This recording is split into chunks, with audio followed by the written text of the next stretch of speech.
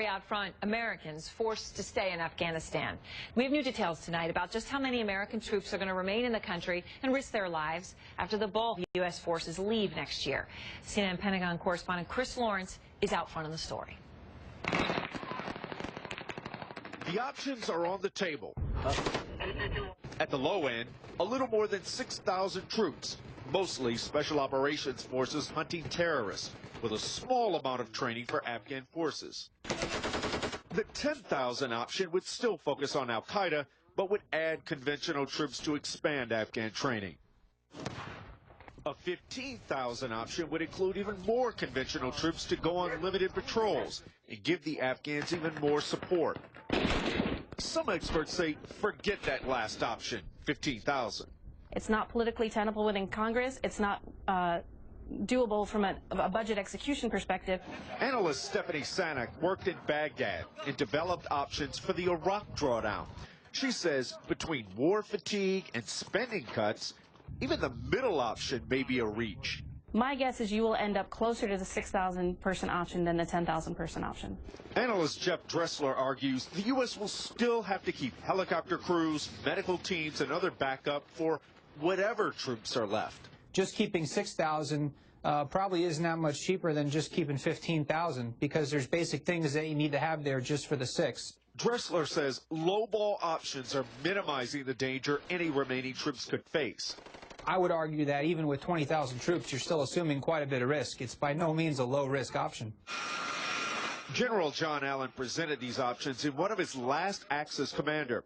But General Joseph Dunford, the man taking Allen's place next month, admits he wasn't included in the talks over options.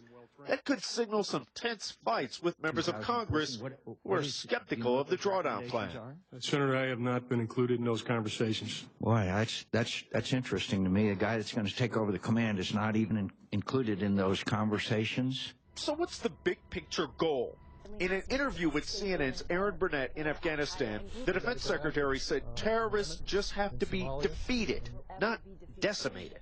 I think that you can reach a point where you so significantly weaken al-Qaeda that, although there may still be a few people around, they won't be able to conduct the operations that they've conducted in the past.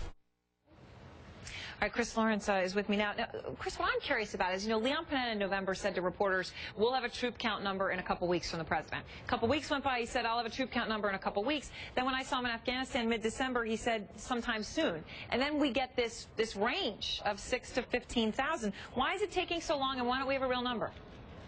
Well, Aaron, bottom line is the military, the magic number is 3. They love to give options. And basically what you do is say, if you want to do this, here's how many troops you'll need. If you only want to do this, you'll only need this many troops. Remember back when they were deciding the Afghanistan surge, the options came to President Obama as 80,000, 40,000, and 10,000. He opted for about 30. As to why it's taking so long, it's because this isn't the first time the White House is going to be hearing these numbers. There have been back and forth conversations all along because you don't want to put out a range of options in which, say, the lowest number would be 30,000 troops, and the president only has plans to authorize, 5 to 10.